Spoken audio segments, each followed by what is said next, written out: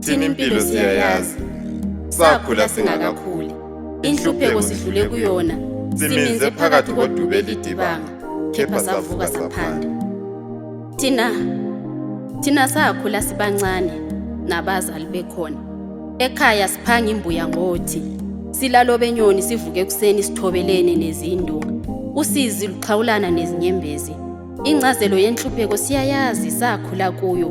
Thina kwasa isifazane sesisibonile, isicoco sobudoda sesethesiwe.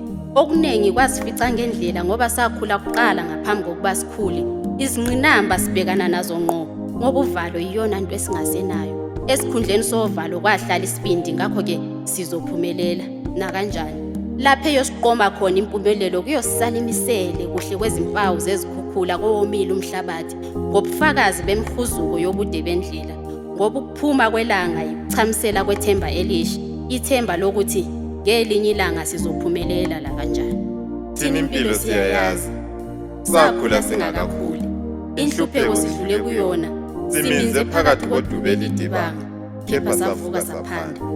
Ekukhuleni kwethu sikhule siyiyelusa impilo lapho isiphunyuka, isiyophila emadlelweni aluhlaza. Siyincenga ukuthi ihlale nathi emafusini asemagcekeni angakithi. Izize latho kwesikhashana ukuthi siyaphila besizizwa ngokuzincweba. Omakhelwane bekhomba ngophakathi, thina silala ngamathemba sivuke ngawo. Ngakithi besiluphawu lwenhlupheko, indlala isebusweni, isisu simemezo odlula ngendlela. Kuhlukana izinhliziyo, ezinye zisihleka usulu, ezinye zisidabukele ngoba sidatshukelwe. Besikhumulele, besicuphele, sigoqozele. Ilambazi belikwazi ukuthi kulathe silambayo.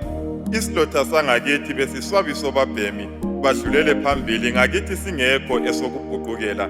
Indlu yangakithi ingufakazi wamahlandla empilo. Lapho sivela khona siyakwazi, sibonakala ngokumazisa omunye umuntu. Thina saqala ngokukhulekela ithemba ukuthi liphile kwangakithi umuzi, singakakhulekeli ukufezeka kwamathemba. Yingakho lanamhlanje singakaze sililahle, lasithungamela saze sezwakala isililo kwelamazulu ikhaya, yaphendula emkhuleko aphenduka amatafula. Ngibona ixuku labantu libabaza amandla inkondlo zikaThembi Ndiweni lomkhululi Nyathi. Kepha amaziko abonene inkondlo selokhu elomlotha wezulu. Ngilovalo izoloba lembalo, abalobi bayo bavuna ngumhlaba baphikwa izithukuthuku zabo. Kepha soqhubeka njalo siwuphosa umambule esizibeni, angeke sidikibale. Le imvubelo yamagama ngoThembi Ndiweni, ithole labenguni. Umkhululi Nyathi, imbongi yosizi lwabajabulileyo.